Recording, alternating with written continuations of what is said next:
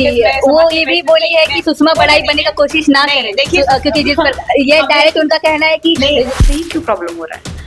हमारे कार्यों को क्यों नहीं देखा जा रहा है?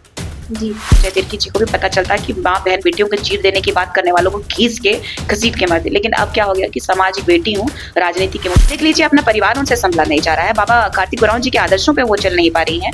इन लोगों के पास मुद्दे नहीं है, तो निशा भगत का नाम लो और अगर बात करो और चर्चे में रहो। उनसे पूछना अति आवश्यक है। डिलिस्टिंग भी हम मांग कर रहे हैं केंद्र सरकार से, और साथ ही साथ जितने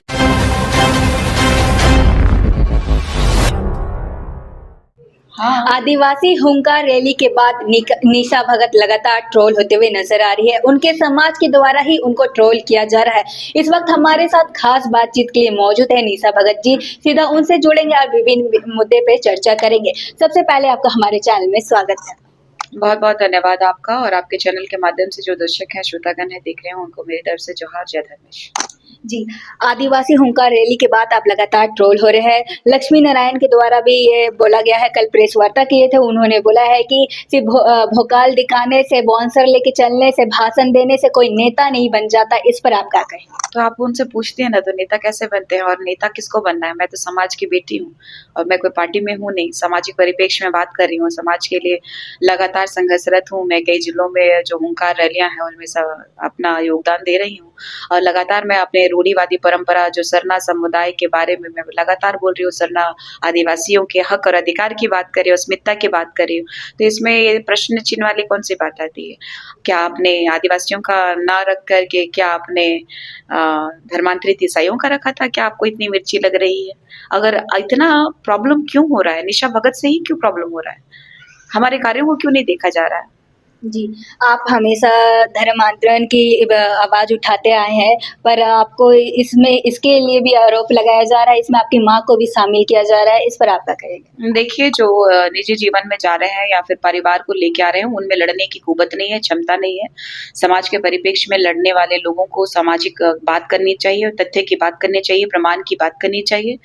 हमारे इतिहास को देख ले, और इतिहास देखने के बाद अगर वो लोगों को लगता है कि फिर भी हम सच्चाई के तहत कह रहे हैं, तो अपना भी इतिहास उठा के देख लेवे। चाहे लक्ष्मी नारायण मुंडा हो, चाहे प्रेम साही मुंडा जी हो, चाहे देव कुमार धान जी हो, चाहे पूर्व मंत्री गीताश्री उरांव जी हो। आप देख लीजिए गीताश्री उरांव जी का घर पे बाबा कार्तिक उरांव जी के आदर्शों पे चलने वाला एक केंद्रीय सरना समिति है, उसकी मैं अभी केंद्रीय अध्यक्ष महिला प्रकोष्ठ की हूँ।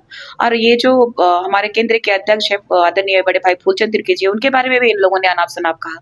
तो इनको पहले सोचना चाहिए था, लज्जा आनी चाहिए थी कि सिरम टोली प्रकरण में ये सरकार में थी।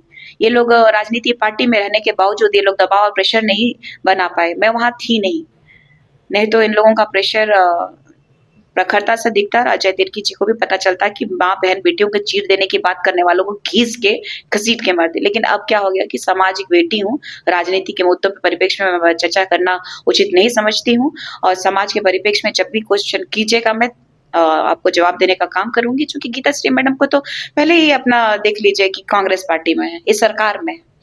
किससे विरोध कर रही हैं वो? इस सरकार से ही विरोध कर रही हैं।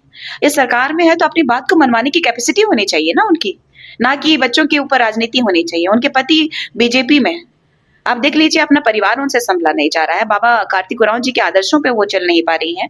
तो मैं किसी के निजी जीवन में प्रहार करना नहीं चाहती, लेकिन जो आप राजनीति कर रहे हैं, समाज को दिग्भ्रमित करने की जो कोशिश कर रहे हैं, ये नहीं चलेगा। जी, सुषमा बड़ाई भी बोल रही है कि ईसाई धर्म को लेके बात कर रही है, राजनीति बता रही है, दलाल बोल रही है। पहले अपनी माँ को ही बोले कि चर्च जाना बंद करे।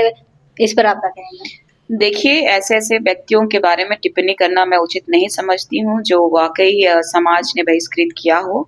और सबसे बड़ी बात है कि मैं लगातार बोली हूँ, डीआईजी नटराजन प्रकरण से लेकर के उनके 3 बच्चों के बाप के बारे में जो उन्होंने कहा है कि वो तीनों बलात्कारी थे, तो जिसके पास में ऑलरेडी इतनी सिक्योरिटी होने के बावजूद लगातार रेप की घटनाएँ घट रही हैं, उस महिला के बारे में टिप्पणी मैं नहीं करना चाहती। मैं समाज के परिप्रेक्ष्य में लड़ रही हूँ, किसी के व्यक्तिगत के बारे में बोलने से पहले है कि लोगों को सोचना चाहिए कि संविधान के तहत आने वाला जो कानून है उनके लिए भी उतना ही है जितना हमारे लिए है।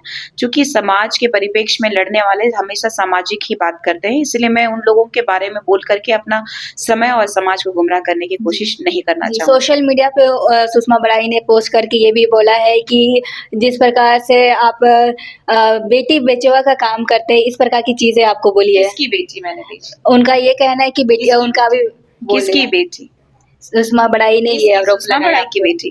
किसकी बेटी? उससे पूछिए ना जाकर के, उन्हीं से पूछिए कि किसकी बेटी? मेरे 2 भाई हैं, उनकी एक बेटी है जो 5 साल की है, किसकी बेटी को बेच दिया है? फिर ये अनर्गल बात जो कर रही है, कोर्ट जाए, कानून के पास जाए कि मैं निशा भगत जो है खरीद-फरोख्त कर रही हैं, ये अनर्गल बात करके गुमराह करने का समाज को ये गलत और ठेका किसने दिया? किसने दिया कि निशा भगत का नाम मैंने कहा है बार-बार कि इन लोगों के पास मुद्दे नहीं है, तो निशा भगत का नाम लो और अगर बात करो और चर्चे में रहो। उनसे पूछिए ना कि भाई सोनू सिंह के बारे में बोल रही है, तो जेल में जाके उससे मिली थी क्या? जो आजीवन कारावास है, तो उनसे क्या संबंध है उनका? क्या गहरा नाता है? वो तो माओवादी में भी रही हैं, उनका नाम भी रहा है, वो जेल भी गई हैं। तो उनसे पूछिए ना कि भाई सोनू सिंह से क्या संबंध है इस जो आपराधिक मुद्दे में जो कर की जेल जो कर की आजीवन कारावास में क्या संबंध है? उनसे पूछिए, मुझसे क्या पूछ रहे हैं? मुझसे तो भाई जो पूछना था संवैधानिक तरीके से कानूनी प्रक्रिया जो पूछा गया और जो मुझे बाइज्जत मुझे छोड़ा गया है, तो भाई मैं इधर हूँ। एक और बात और सुषमा जी ने कही है कि नो मोर कमेंट्स जी बिकॉज़ मैं वो समाज ये के भी बेसिस बोली है पे कि सुषमा बोलिए, बड़ाई बनने का कोशिश ना नहीं, करें देखिए क्योंकि जिस पर ये हमें- डायरेक्ट उनका कहना है कि नहीं, आप राज्य बोले सरकार से आप बोल रहे हैं कि आपको देखिए- सुरक्षा चाहिए, देखिए- सुषमा बड़ाई बनने का कोशिश ना करें, इस देखिए पर आप उनके जैसे बनने की आवश्यकता नहीं है कि मैं किसी पे एलिगेशन लगा करके यहाँ पे मैं समाज की लड़ाई लड़ रही हूँ। हमारे उनके बारे में जो भी क्वेश्चंस आए तो मुझसे नहीं पूछिए क्योंकि वो समाज की बेटी अगर होती तो समाज उनको बहिष्कृत नहीं करता और समाज उनको प्यार दुलार देता। आप जाए ना भाई बड़ा एक समाज में बैठ के देखें और सबसे बड़ी बात है उनके बारे में हमसे क्वेश्चन मत कीजिए क्योंकि हमको उनके बारे में बात नहीं करना है। जो भी बात करना है हमारे जो वकील हैं वो बात करेंगे। जी आपसे आखिरी सवाल रहेगी कि आदिवासी समाज की रैली के बाद क्या निशा भगत आदिवासी समाज के लिए आवाज उठाएगी या फिर उनकी आवाज अब बंद हो जाएगी? इससे पहले भी मैंने आपको जवाब दिया था कि लगातार आदिवासियों का जो रूढ़िवादी परंपरा को मानने वाले सरना आदिवासी जो हैं अपने संघर्ष की लड़ाई लड़ रहे हैं। डिलिस्टिंग होना अति आवश्यक है। डिलिस्टिंग भी हम मांग कर रहे हैं केंद्र सरकार से और साथ ही साथ जितने भी सरना स्थलों में जो गोरटो बना हो, चर्च बना हो, इसको तोड़ने की भी मांग कर रहे हैं और सबसे बड़ी बात जो है कुर्मी समुदाय अगर सोच रहा है कि दिशाहीन हो गए हैं लोग, तो कुर्मी समुदाय को लगातार मैंने जो चिताने का काम किया है, ये संघर्ष जारी रहेगा और आदिवासी सरना समुदाय के साथ खिलवाड़ बर्दाश्त नहीं करेगा इस बार हमारा सरना समाज। बहुत नमस्कार। बहुत धन्यवाद।